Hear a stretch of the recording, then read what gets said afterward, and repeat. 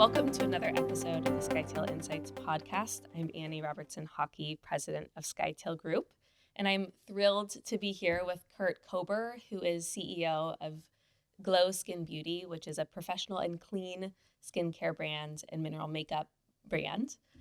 So thrilled to have you here and to talk all things retail. Well, it's so nice to see you again, Annie. Thanks for having me on. Looking forward to the conversation. Yeah. Well, Kurt, I was looking at your LinkedIn in advance of this conversation, and you're a rock star. You spent your career clearly in the world of scaled consumer brands. You spent years at Clorox, where it looks like you led their digital transformation arm or program, which is a huge endeavor for skincare brands or retail CPG brands of any nature in this new omnichannel world.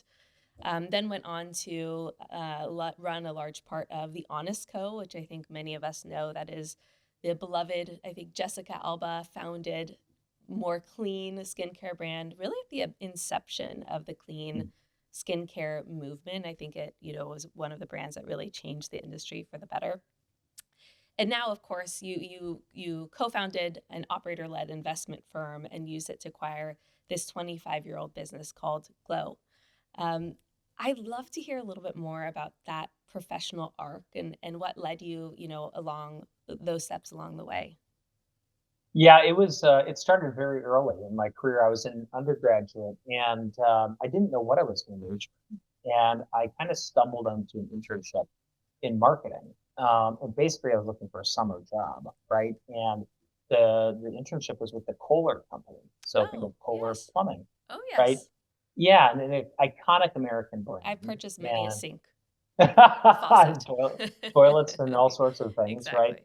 But it was a really great entry point as a young, student, an undergrad, into marketing because Kohler, privately held company, right? They can really invest in the long term around purpose and brand meaning. And so I got an MBA kind of in marketing just in my internships. Yeah. And that really kind of lit the fire under me around marketing, particularly, and really purpose-driven marketing, beyond just selling a product to a consumer. So I had this kind of energy around the consumer, right? And obviously all the steps that it takes to bring a product to marketplace. And so I ended up getting my MBA and moving to Clorox, spent 10 years there. And I appreciate your framing of my impact there. I don't know if that was in my title, but I definitely played a big role in helping build the omnichannel Clorox that is today. When back in the day I started brand management there, so pretty traditional role, and then eventually got into this e-commerce space. And the job that they gave me was like technology and consumer goods, figure it out. And so this was back in the day when they were selling bikes and books online. Right. And, right. This is like early Amazon, maybe. Early Amazon, exactly. One of the things I really love and admire about Clorox is it's really forward thinking around what's happening, what's changing in the retail and media environment. It's one of the reasons why it's been around for 130 years. It's really got this forward looking mentality always. Yeah. And so there is really where I was able to not only envision the future, but also implement what omnichannel looks like from a brand building perspective. How is it connected, right? That entire loop of awareness to consideration of conversion, digitally and physically. And so that is a consumer-centric company, right? Yeah. Clorox is anchored on understanding the consumer through the 5 whys, right? And then operationalizing against it. And so that was a really fun experience that led me eventually wanting to do that, but bring it to market in a smaller but faster growing way. Yeah. One of the things that Clorox is not known for is fast growth, and that's for a lot of reasons, right? You mean Pine Sol isn't just, up and to the right 25% every year? No. I saw you spend a little bit of time there, and if you can market Pine Sol and make that sexy, you probably could do anything. So we did have Diane, the Pine Sol lady, as part of us, part of the brand. So she's pretty great, a great human in addition to being a good spokeswoman. But it's a different environment, right? When you go to a much smaller company and founder led, right? Really at the time with Jessica in the business. And so when I came in, we were kind of what I called the second team, right? So there was the founding team at Honest, and then there was the team that was going to take Honest to its exit, and that was the team I was part of. When I came in, the business was mostly a DTC business, and then had a couple of retail customers, but really one in Target. And growth was slowing, Yeah. and they were trying to figure out how do we continue to drive momentum on the business, and that's really where I brought my kind of omni-channel learnings from Clorox, which is media, supply chain, retail, right, in an omni-channel way, and we really kind of blew out the full omni-channel model at Honest, and we're really, I'd say, 5 to 7 years ahead of our industry. If you think of like the Allbirds and all these other companies, right, that were DTC but never built this truly omni-channel footprint, they paid the price in the long run. Yeah. And our goal was always consumer-centric, which was like, who is he or she? Where do they shop? And how do we make our brand accessible to them? Right. And we built in a 3-year strategy anchored on that consumer. Who is the most likely consumer to come into the franchise? And so we launched new channels, whether it be media channels or distribution channels.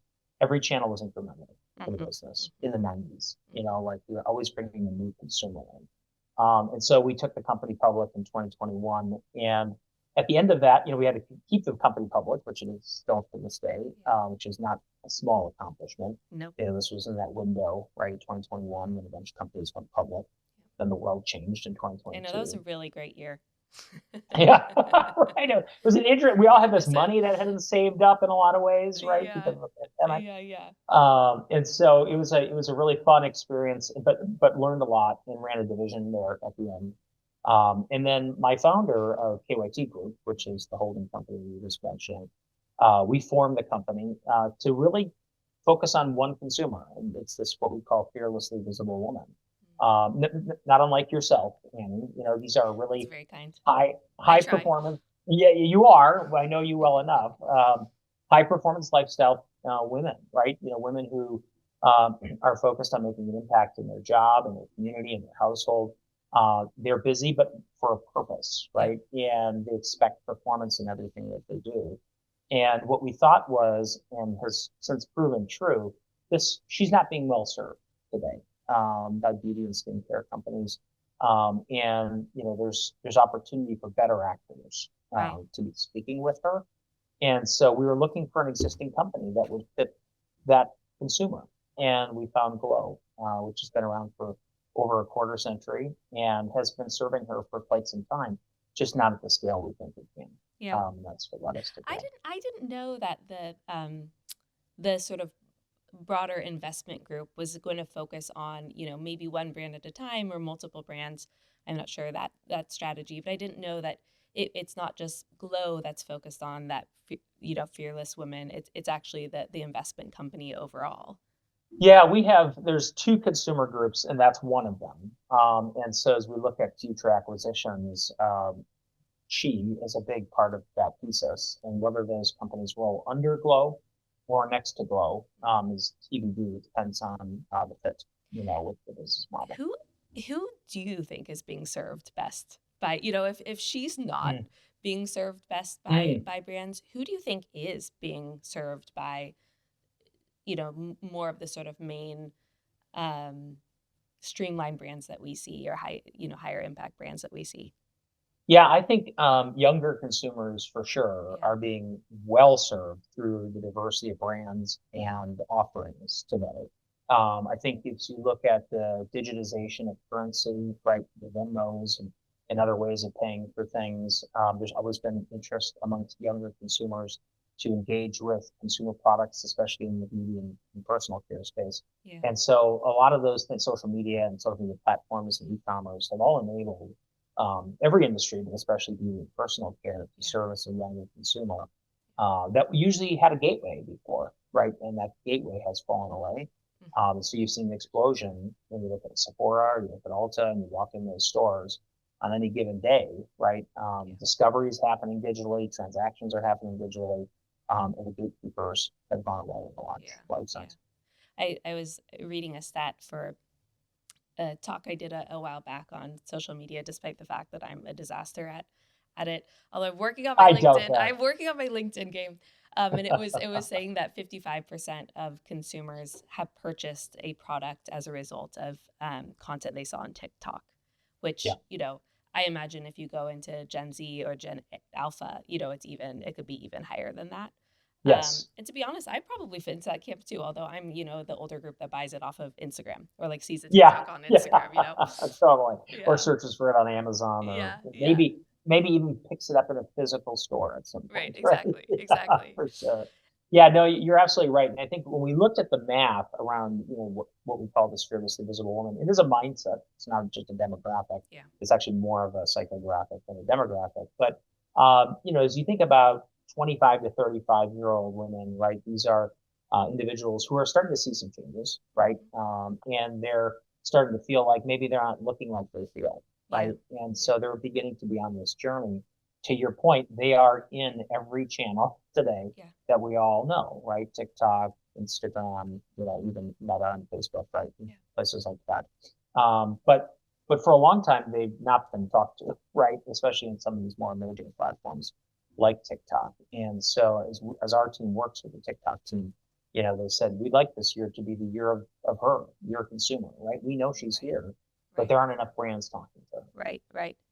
I really love going back to what you said about when you're at the Honest Company thinking through their omni-channel strategy and starting with the customer, because I've seen brands start to think about their omni-channel strategy more from a top-down perspective. It's like, where are in America, what channels are growing the fastest, and Right. in what demographics, and so you can come up with a really, broadly in general effective omni-channel strategy, but it misses the intricacies of, for each demographic, their patient or their journey, their customer journey. We work in healthcare, so everything's like, Yeah. well, we work in healthcare and consumer, Yeah. but I say patient journey a lot. Yeah. Yeah. I think we miss starting with that. And you had mentioned this phrase, customer-centric or consumer-centric marketing. Consumer-centric. Yeah. Tell me a little bit more about what that means and how you apply it to your work. Yeah, it's when you spend as much time in consumer goods as I have, and with the companies I have, you almost take it for granted. But I always say when you know your consumer, again, this is the product that's using the product, right? And for their own personal use. If you know them and what their motivations are, what their interests are, it makes every decision to some extent easier in the organization. I'll give you an example. So, this fearlessly visible woman, manages her life and controls the things she can control, right? And that's big things, career, family, to details, right? Like when she orders a product and when she expects it to be delivered. And so because of this research we've done on the consumer, understanding her motivations, her a way of operating through deep qualitative and quantitative research. So literally sitting down, having conversations, and then taking that to scale. We were looking at supply chain partners. As we look at the supply chain of our company right now that we own it, we started meeting with different supply chain partners, and it became very clear because of our strategy and who our consumer is that one of them will fit as a bullseye. The other one will serve us well, but the other one is going to deliver exactly what she expects. Right. And I can't say more than that because of where we are in the process, but that's the power of being consumer centric. It actually makes decisions so much easier in the organization. And Glow being a 25, almost 28-year-old business, what I said to the employees of the company, because a lot of folks have been at the company for decades, I said, I've got two pieces of news for you. One's good news and one's not so good news, right? The good news is the work is going to get a lot easier here because we have a really clear strategy, and that's going to make the choices much easier because they're all based on who this consumer is. Right. The not so good news is we're going to move a lot faster. So for some people that is good news. It is for sure. Some people it is, some people exactly. But that's really the power of understanding the consumer. I'll give you a really good example from Clorox. Yeah. On the Hidden Valley Ranch business, which a lot of people don't realize that Clorox owns Hidden Valley Ranch and has for quite some time. Yeah. I worked tangentially on that business, but I wasn't part of the brand team. But they saw this trend in their business where like the consumer was like the velocities were just growing, and they're like, "What's happening here?" Right? Like it was outpacing the salad dressing category, and they're like, "We just don't quite understand it." So they did a bunch of consumer research. They asked the 5 whys, And what they found was moms were buying Hidden Valley Ranch to help their kids eat vegetables, right? And so you probably seen the Hidden Valley Ranch campaign, Hidden Valley Ranch makes vegetables delectable, Yeah. right? Yeah. They moved beyond a category paradigm because they were anchored in this consumer who was telling them, you're not a salad dressing to me. You're a vehicle to get vegetables into my kids, right? Right. And from there came years of innovation, came years of channel expansion and household penetration to today. Hidden Valley Ranch and ranch dressing is larger as a category than ketchup in dollars. I mean, it's incredible, right? Wow. I mean, they're even at airports, right? Those like you Right. can get the little like ranch and veggie stick things. Yeah. And that probably wasn't necessary. Like retail in an airport, maybe restaurants in an airport, sure. Yeah. But retail in an Yeah. airport, like that probably wasn't a category or a channel that they would have considered Exactly. unless that research had been done. Yeah. That's incredibly fascinating. And when you figure out, and it's always a learning journey, right? It's not like you figured it out and now Yeah, you're yeah. off to the races. But when you get that nugget of learning about the consumer, about that Hidden Valley Ranch example, it it should paint for you a picture of endless opportunity, right? Like forms and channels and media, like you're like, where do we start, right? Right, And right. that's the magic, right, of understanding the consumer. And we think we have that at Glow now based on the research we've done since we acquired the business. That's really exciting. I will say that this really resonates with me in some conversations I've been having recently with practice owners, Mhm. where, this question of, should I, basically it's what services and products should I offer, Yeah. inclusive of retail product. But right now the question is, should I add wellness? Yeah. Should I add HRT? Should I add peptide? Should I add, and, the real answer is, what does your patient want? And I think that we forget that there's no one size fits all Right. concept, right? Right. And really, really focusing on like, what is your patient getting? Where are they getting it? And Yeah. why are they not getting it with you? Yeah. And so, if you're a practice owner, what are those mechanisms that you can put in place to make sure that you're listening? Because Yeah. in every single touch point you have with your patient, there's an opportunity. I mean, there's some dead time, right? Some people are Yeah. numbing, right? You're Right. talking, you're have a constant, like that's a privilege as a company to be able to Yeah. talk to your customer many times every time every single day. Yeah. And so what are things that your providers can be asking and inputting somewhere to Right. inform, just as importantly, what you add is what you deprecate. And, Yes. I know that that's top of mind for you now too, is Yeah. what SKUs are really serving us and Yeah. really serving this women. And what Yeah. SKUs can we eliminate because that's complexity that we don't necessarily need to take on. Yeah, absolutely. Well, on the first part of your point, I think a lot of times when I talk to business owners, I talk to our customers every day. Half of Glow is the professional channel, right? So estheticians and dermatologists and folks like that. The nice thing about the ability for this customer, right, this professional today is it's easier than ever to get that feedback from your actual consumer, right? Whether they're sitting on, at your table or in one of your chairs, and you just make it a priority to ask them 3 questions, right? Right. It's that simple. Qualitative data oftentimes illuminates the real need, right? Quantitative helps you confirm it often. But then also, you're emailing, you're texting, right, with your customers, tacking things on to keep learning about this consumer as the magic. And that's part of why we love Flow, by the way, Yeah. is, the direct consumer business as well as our professional partners has been collecting information about these consumers for a long, long time. Yeah. And so we had really a great repository of information already. Yeah.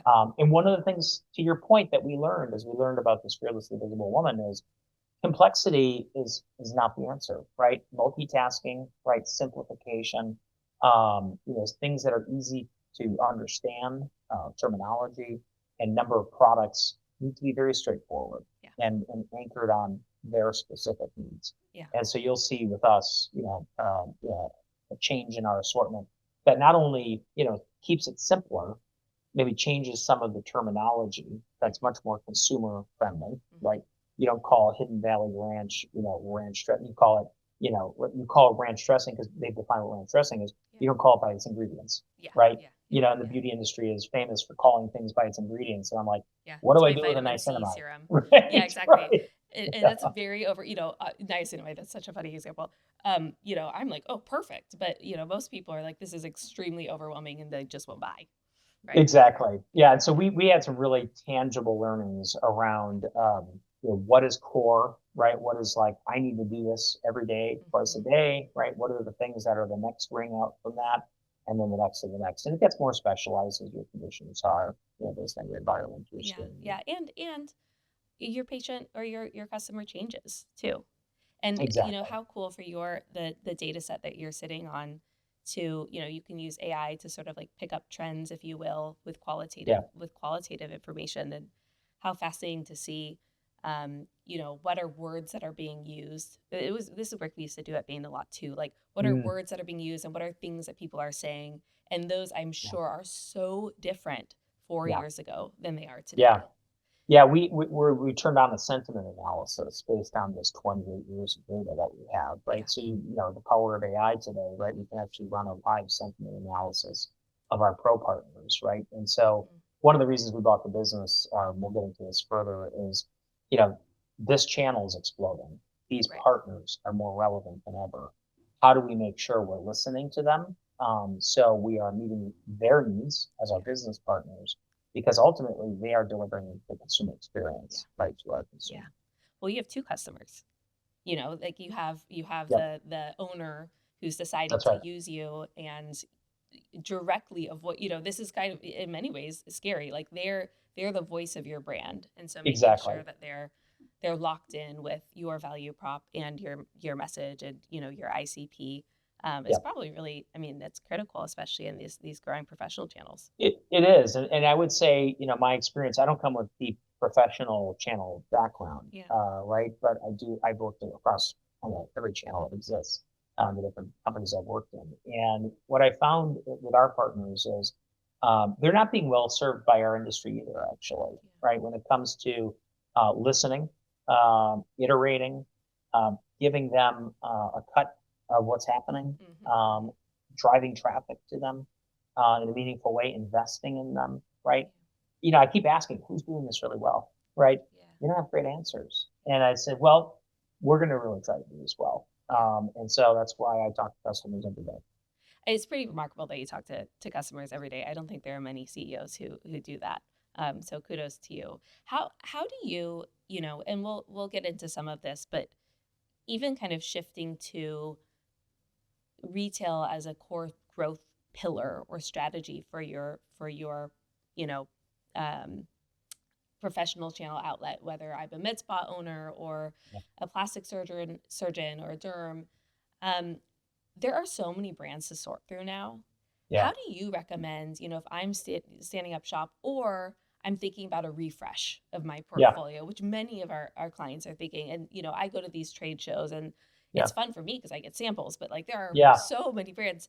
How do you think about what is the best brand for you and what's the best brand for your customer? Yeah, I think a couple of things I would think through. First of all, starting to understand your consumer, Yeah. right? Yeah. The customer, like what are their conditions? What are the services that they're looking for? Step one, right? Understand that. Step two is then using that and kind of building out, hey, what are the services we're going to be delivering, and what are the results that that consumer is looking for in Right. those services? Then when you go to the trade shows, you can start to ask about clinicals, right? You can Mm. ask like, hey, I am treating, this condition with my customer base. It's my primary condition. What do your clinicals say around the results of the use of your product, whether it's in the back bar or in home care or the combination of the two? And if they don't have good answers to that, you can probably move on to the next brand, right? And I think Right. one thing we know about this consumer who way over indexes on med spas and day spas is results are priority number one, Right. right? And Right. so clinicals, when we bought Glow, for example, we had clinicals in some parts of the business and not other parts of the business. Mhm. And we said, we need clinicals on everything, right? Because if we're going to develop this product, it's not enough for, one consumer to say, yeah, I saw results upon application. We want the data to tell the story as Right. well. So the Right. quals and the quants again come together to give the practice owner the confidence that, yeah, when I bring this in, my client is going to see the results. Right. Because if they don't see the results, they're probably not going to come back to them either. Yeah, absolutely. And I think now, folks come equipped with whatever Claude tells them or ChatGPT tells them, Right.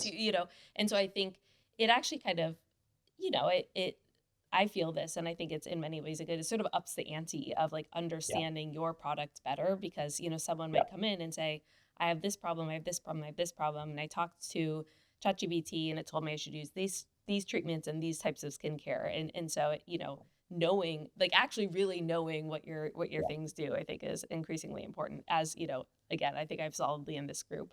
And like, you better believe I'm doing research on the things I put on my face. Exactly. Yeah. Exactly. And then you can have a real conversation about it, right? When you talk to your esthetician or Yeah. whoever you're Yeah. seeing for your Yeah. treatment, Yeah. right? That, okay, you're coming with your information, they have their information, right? And you can triangulate what is the best Yeah, solution. yeah. No, I'm the person who interrogates my SD the entire time. I'm like, "What's this treatment? Why? What do you think about that?" It's how I listen to my customer, maybe. And Um, I have to say, I mean, the esthetician community, I mean, they're a huge part of the Grow family. And I mean, these women are just mostly women, right? yeah, That yeah. that we have in our customer base. These are incredible pillars of their community, right? I Oh mean, this yeah. is, their locations are where communities come together. They're supporting their communities that they're in. I mean, we're set up for a really exciting time, I think, Yeah. with this community in our country. We also, I couldn't agree more. And in terms of retail products, what we see is, as a percentage of revenue, Estes, their skincare, their retail can be, up to like 20-25% of their revenue can come directly from skincare that Yeah. they're encouraging a patient. Whereas, for maybe an injector, a different type of provider, it could be more around 10, for Yeah. example. Um, Getting to sort of that piece, I really continue to think we go into so many practices, and retail will be, 5% of their revenue overall. Where that every single patient of theirs should be using at the very least, SPF, maybe a vitamin C, definitely retinol, and definitely moisturizer. Yeah. Why do you think it's such an sort of underutilized growth pillar or strategy within practices and practice owners? I think it has a lot to do with a lot of professional practices, right? When you're good at a practice, it doesn't necessarily make you think about the P&L or your growth strategy, right? Right. Like architects and urban planners and estheticians and folks who are really good at what they do are not necessarily built to be business builders, Right. right? And so the combination of the two, I think, is the magic, right? Where it's like, hey, and that this is what we want to do at Glow, right? We want our partnerships as we're rebuilding kind of our professional team is not really selling at all, right? It is actually helping each of our business partners build their business. So when they show up on a regular basis, and we're kind of building this hub and build model, when they show up, it's a joint business plan review. It's a training on some best business practices, social media management, e-commerce management, things like that. Right. Product knowledge, certainly, and how does the back bar translate to the home care side of the business, and other topics, right? And so that's really what we see our role in is the education starts at the front end of every sale. Doesn't matter what industry you're in, right? Yeah. But in this industry in particular, that education is not just product and procedures, right? It is about Totally. go to market, Totally. right? So, Yeah, yeah. It's really it's an interesting point and something that we spend a decent amount of time on too. And I mean, I think that pharma sort of, in many ways, started this trend in the professional yeah, channel of, yeah, they do better if practices do better. right, Right. They, exactly, candidly, they could probably kind of care less where it's happening as long as like their yeah, product is being used. And so, yeah, not just investing, there's a clinical piece, of course, that's table stakes, that's safety, but then yep, here are mechanisms that you can use. We do a lot of work with, Galderma's clients, for example, to make sure that they feel empowered with the information. They have their big gain business training track, yeah, which is the yeah. entire point is to make sure that for free, they're providing training so that folks know how to grow their business, because that's not what they're Yeah. trained in. Well, it's amazing too when I talk to our business partners, as we're bringing this back, right? So, Google hadn't been investing as heavily in this space, Yeah. and we are. We're making a big commitment to invest, and that is physical events, right? Traveling to physical events, Yeah. as well as in-person visits, right, and things like that. And what I think is so interesting, every time I've asked, like, hey, what would you expect to pay for these things?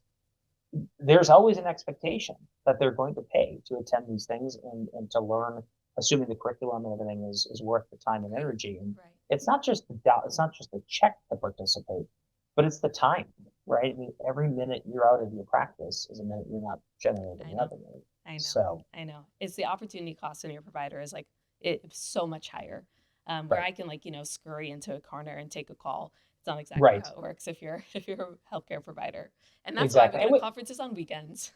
yeah, exactly. Well, I think we can help with that too. I just talked to a customer the other day, and she said, "Hey, I'd love to do consultations on Fridays, and I'd like to do them digitally, and then I can schedule appointments after those digital consultations." And I said, "Hey, we might be able to help with that, right?" And so that I think there's this evolution of who she is, back to the Right. omnichannel strategy, right?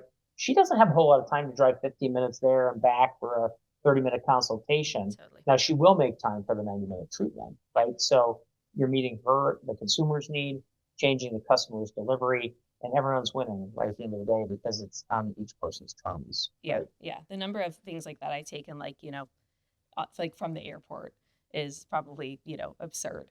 It's like it's the transit time. My friends are like, "Why are you Yes. always on the road?" I'm like, "Nope, I'm just always on the road when I call you." Exactly. Because this is working in my flow. Yeah, That's right. exactly, exactly. This is my downtime. Um, Totally. if you're a practice owner and you're listening to this and you're thinking about, shoot, I really could up my ante here.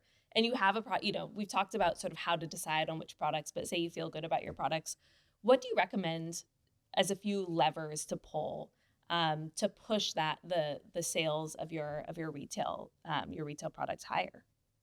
Yeah, I think a couple of things. One is if you're not fluent in digital media, Mhm. this you've got to start, right? And it's kind of like any good habit, Yeah, right? Like just start doing it. It doesn't have to be perfect. Yeah, I can't tell you how many small business owners I know that are friends of mine. They're not just customers of ours, who are like, I know I should be doing it, but and I'm like, no, not just do it, right? Like just get started, right? Because you're engaging with your audience, right? Your customer base, which then drives them, to eventually more likely to make an appointment, right? And then the just also is just just walk them over to the shelf yeah, and a conversation will start. It's that simple. I think sometimes we overcomplicate these things. Well, I need to be really good at social media. hmm I need to be hmm really good at selling. hmm Just start. That's it. yeah, And you'll yeah, be on the yeah. game. I couldn't agree more with that. I was on a podcast with Dr. K, who runs a really successful practice in SoCal, and she was talking about how I was telling her like your content's really amazing, and Yeah. I'm amazed by how much you're able to produce, Yeah. even though she's always on the road Yeah. for different events, and she was saying honestly it's because I do it and it's not perfect. Like Yeah. she's like I don't always have my hair done.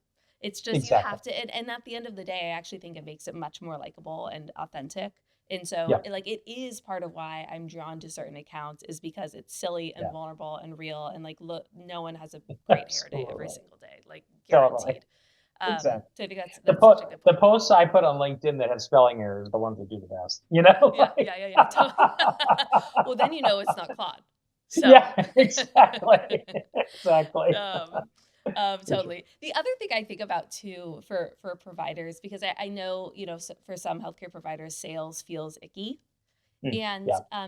if you tie it to the outcome, it really Yeah. matters, and it's true, right? Yeah. If Right. you do pre-care and post-care, your recovery will go in it's just fundamentally differently. I personally Yeah. experienced this. And so Yeah. if you really believe in the product and you know that it will enhance the result of the procedures you're Yeah. doing in clinic, Yeah. I think that can also be a really great way to kind of get over this hump, Yeah. because it will make your work shine ultimately. Yeah. One of our territory managers brought this up to me, Yeah. as I was out meeting with customers, and she said, the same thing, right? Her partners, the estheticians she works with, see selling as a dirty word, right? And she said, you're not selling, Yeah. right? You're actually educating your customer. And selling at the end of the day is like, what's it going to take to put, like it's Right, much bigger right, than that, right. but that's what they picture, right? What's it going to take to put you into this, EGF product today, right? Right, right. You know, you don't need to do that at all, right? Like what's great about their customers is they are soaking up that education and they will make the decision whether they're going to buy it or not, right? And that's the fact that you just educated them means that they are on a journey, and sometimes that journey ends in a transaction at the moment, and sometimes it doesn't. Yeah, and I think the fearlessly visible consumer especially is so hungry for Yeah, information because there's so much yeah, to sort through. I yeah. now have a default email Mm. of like my regimen and what treatments mean and different Oh, skincare things interesting. that I just Yeah. shoot to friends. Because Oh, like that's the great. number of people who are like, I'm so overwhelmed. What do I do? What is BBL? Is that about butts or is that about laser? Is that, it's like it's just, I mean, I think you in other ways, like you're just helping people sort through noise Exactly. and just Exactly. understand what all of it is because, knowledge is power. And at Skytale, Yep. like leading with education is just a pillar. Like that is a core pillar of what we do because we want everyone to feel like they have the information they need to thrive, whether or not Absolutely. they work with us. Right. And this is exactly what we want to do at Glow. And we're starting that, the journey's begun, right? Say internally, June is the beginning of the next Glow. It doesn't happen overnight, but you'll see how we work and communicate with her change dramatically over the next, 6 months, 12 months, 18 months, because it gets right to that, right? It's the demystification, it's the simplification. Anna, who's our lead product developer and is an esthetician, provided training and owned her own practice at one time, right? She's incredible at simplifying these things. And then we have our esthetician community that's going to be playing a much bigger role in all of our communications and the storytelling that goes with that. One of the things we think that's happened in this space, especially professional skincare, is it's gotten very cold. It's gotten very clinical. It's gotten very washed out. And we think that there's an opportunity to be much warmer because, I mean, you get treatments. You have a very warm experience on this end, right? You connect with your esthetician. Oh, totally. You talk about things much more than what's happening on your face or your hands. And so that's what we hope to bring to scale. Yeah, that's really fun. That June 1st is the air of the new Glow. Is that the next Glow? June 1st is the start of the next Glow. Yeah, and the reason why we say it's the next Glow is because it's not new. This business has been around for almost 30 you've been years. glowing. Yeah, that's right. And the business has been around for a long time, and that's why we love it, right? It's not, as I talk to customers, they're like, I've been carrying you for 20 years, right? And I am so loyal to Glow because it's clean, it's clinical, and it's effective, and the people that I work with are great people, right? And so. It is an example though of leadership where, I mean, that's branding, right? That's you Yeah. in a nutshell. But when you're going through transformations, and look, maybe your practice transformation for the next 6 months is retail, leaning back into retail and having a mantra or that North Star or that one catchphrase that you can come back to. It really is for like sort of those bigger strategic changes. I find that incredibly valuable. For sure. And, say it again, right? I keep telling folks, I'll say it until I'm blue in the face, right? Like we believe in our investing in our professional partners, right? Full stop, right? Like this is the core of our business. This is what makes Glow, right? And so, will consumers convert in digital channels? Sure. Right. But at the end of the day, if they haven't experienced one of our pro partners, they haven't experienced Glow. Yeah. No, I love that. Here, our clients are our heroes. That's something we say a lot. Yeah, A lot. exactly. Well, I know that we're sort of winding down on time, and I could chat with you for hours, and also, pick apart your skincare protocol. I've got a good one. I'm sure. As you're looking ahead, what are you most excited about in terms of where the space is going? Yeah, well, first of all, I'm really excited about where the consumer is today.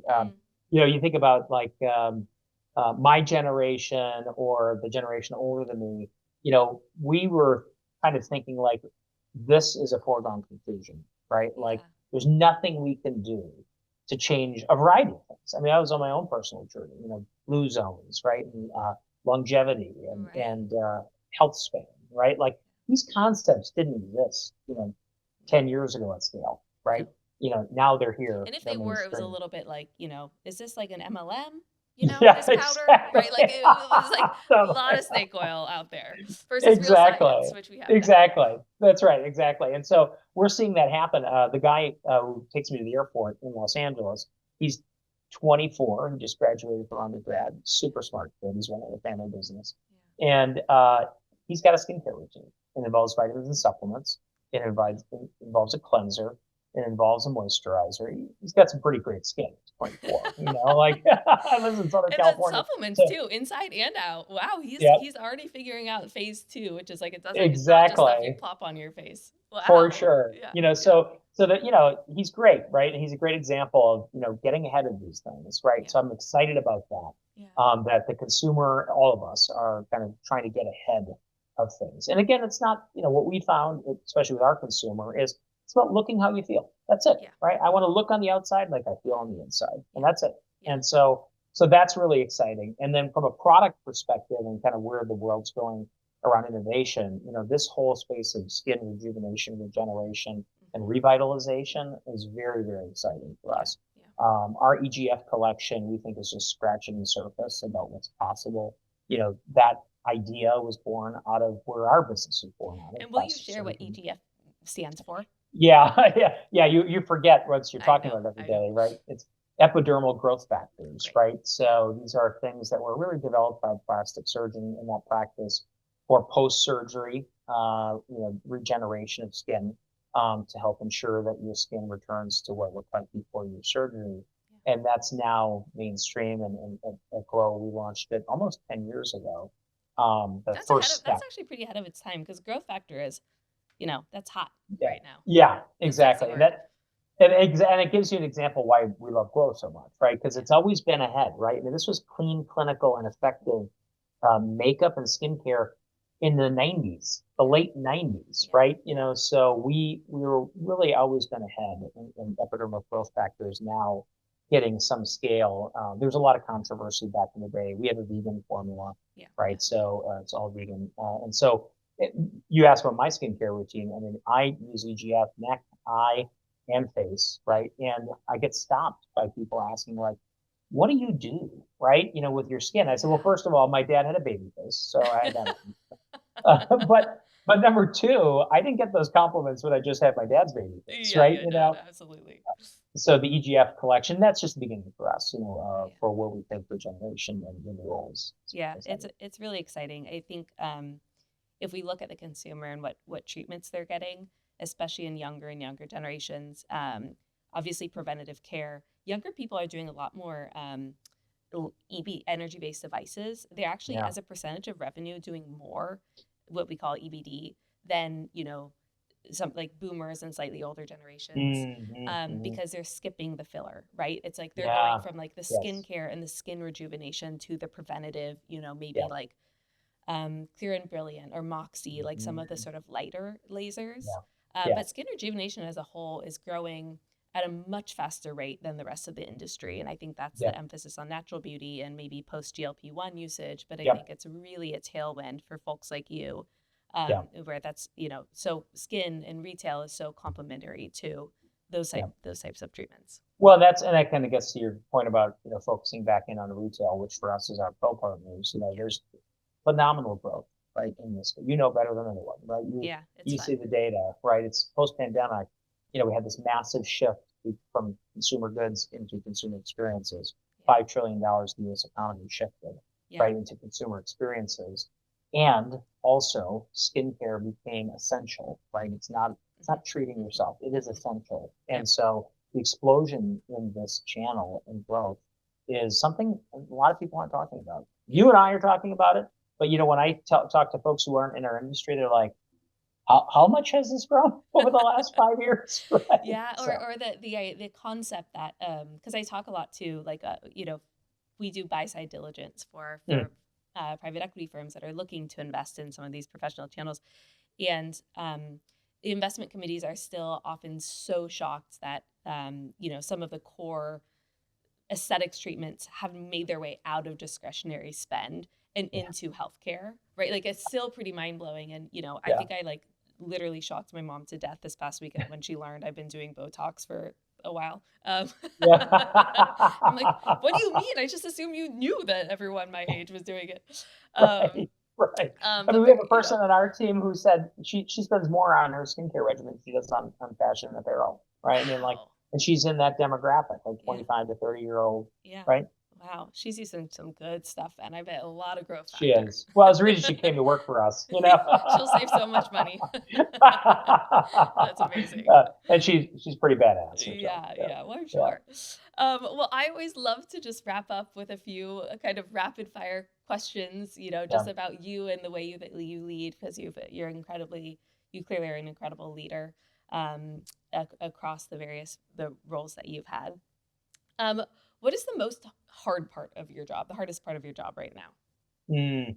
Yeah, I think the hardest part of my job right now, we're changing everything at Flow, right? And Yeah, so when you're changing everything, that means not everyone's on the bus on the other side. right. And so that's really, really tough, right? And for a business that really hadn't made the change, I always tell people, Glow was a pre-COVID company. It never evolved to the post-COVID world, right? Yeah, Product assortment, organization design, things like that. So that's definitely the hardest part yeah, of any CEO's job, I think, is really having to make those tough decisions. They're great people, right? And many of them have been with the company for a long, long time. But technology and process and all sorts of things have changed, where we want to put the resources, yeah, right? yeah, yeah. No, absolutely. Um, any kind of pivotal lessons that you've learned as a leader, or key pieces of advice that you keep coming Mm. back to? Yeah, this one ties back to where we started the conversation around talking to customers. Yeah, I'll never forget this man named Ken, who's our VP of product kind of marketing, my very first job. yeah, And this was it was a distributor based business. It was outdoor power equipment. Right? So think about chainsaws and trimmers and all that kind of stuff. This was yeah, sold largely through dealers, right? Also the home centers, sell these things.